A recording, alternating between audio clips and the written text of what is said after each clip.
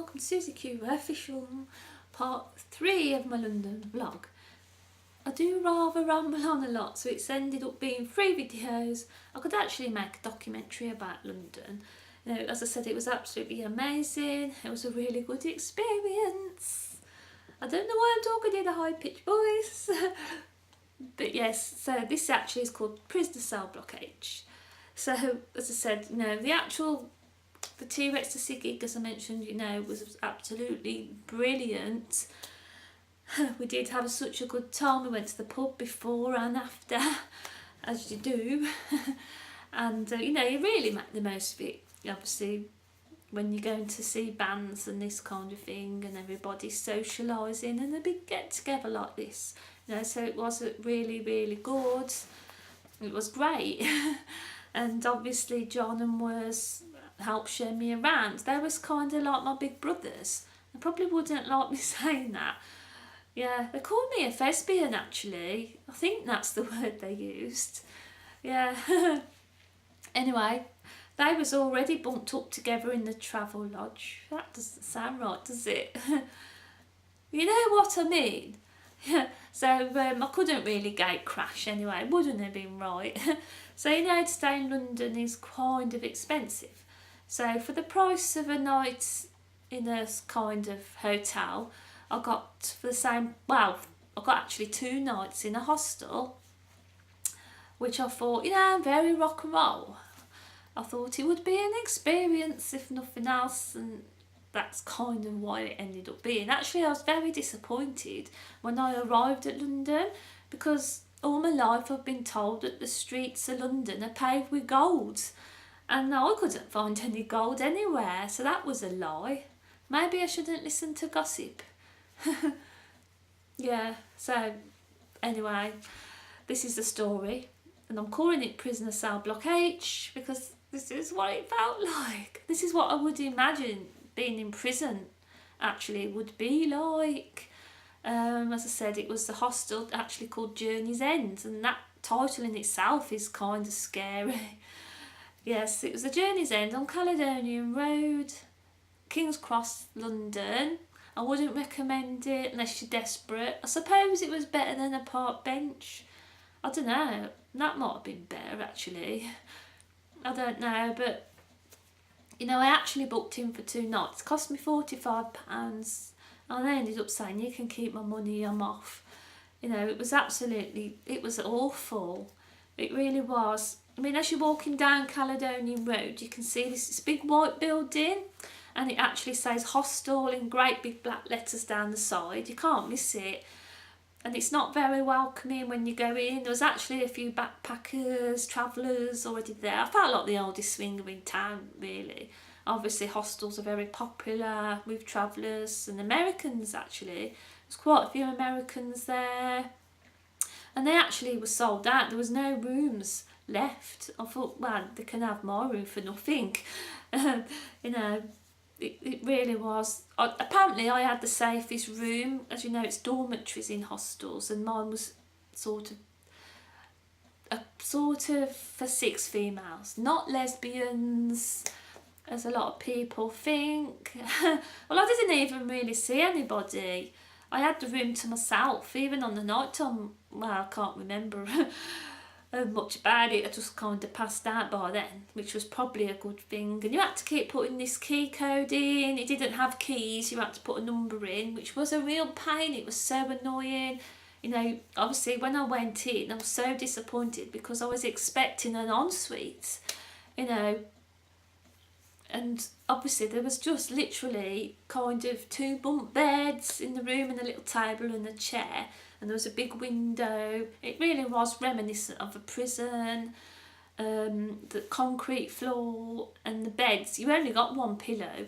I can't sleep with just 1 pillow, and I actually had the bottom bunk, and it was actually more like a doll's house kind of bunk beds. They were so tiny, the actual sort of gap for your head and the waist, sort of, the actual bed was a bit like this, so you were kind of like that, and if you'd sort of sat up you would have banged your head.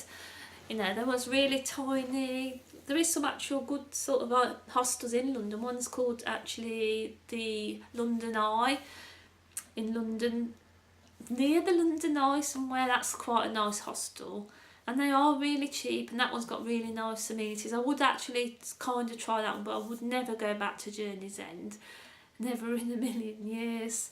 Even if they said I could go for free, I really wouldn't. As I said, you had to go to communal showers. There was kind of for female, male or mixed, and obviously I had to go into the mixed.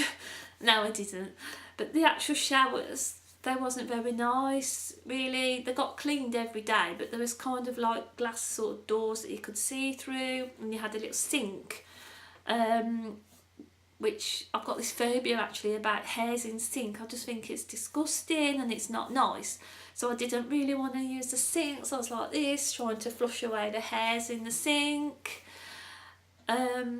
Obviously everywhere you went you had to carry your mobile phone and your camera, whatever, or any valuables that you had on you, because you couldn't leave them in your room. He said to me that it was the safest room and you can just leave your things lying around, but I'm not going to trust anybody that I don't know.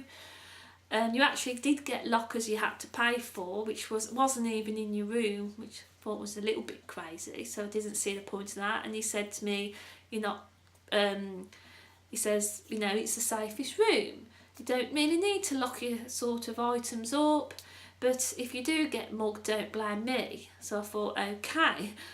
And I actually asked the guy on the desk for a pair of scissors, because I hate tags on sort of t-shirts and I had to cut something off, and he just handed me over a pair of scissors just like that. I thought I could be a crazy loon and you're giving me a pair of scissors. Just not right, is it? Yeah, so anyway, in the actual kitchen you got a free breakfast, which I have to give you for staying there, and I was like, in the end you can stick your breakfast, I'm not staying in this hellhole. And you had to go down the basement, which was scary as well. Going to the song that sort of sprung into my mind was Going Down in the Basement by the Ramones, was going round in my head, and you had to go down. It was very dismal and dark, and the actual kitchen wasn't very nice. It was sort of long sort of bench tables with benches, a bit like in a school or a prison, and you had a kitchen where you could make cups of tea and coffee, and you could make toast, and there was marmalade and cereals and that kind of thing. It was absolutely rammed there. You wouldn't have been able to sit down anyway, and I did make a cup of tea, but that was my limit. I just didn't want to use the same cutlery as those people. It probably does sound very snobby, but I just couldn't. And then you had a little communal room where you could chill out. I don't know why you'd want to chill out in a hostel, but a lot of people did really love it. They live there. Yeah, and there was a kind of a little bar where you could buy drinks, coffee and tea and stuff, and biscuits, that kind of thing. But I just felt really conspicuous. Like I said, I didn't spend a lot of time. I just went in and out, and that was it. And yeah, that was it really. And obviously there was this big window on the landing, and it was just loads of like flies flying around in a big circle. It was like being in a horror film.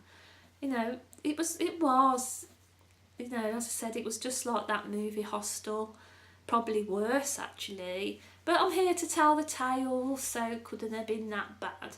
But I did say to the girls, I said, I'm not coming back here again. I just literally did a runner, and I actually stayed till 3 o'clock, so probably would have got charged anyway. So yeah, that was my story of prisoner cell block H. I really wouldn't recommend it. On a score, I would probably score it -100.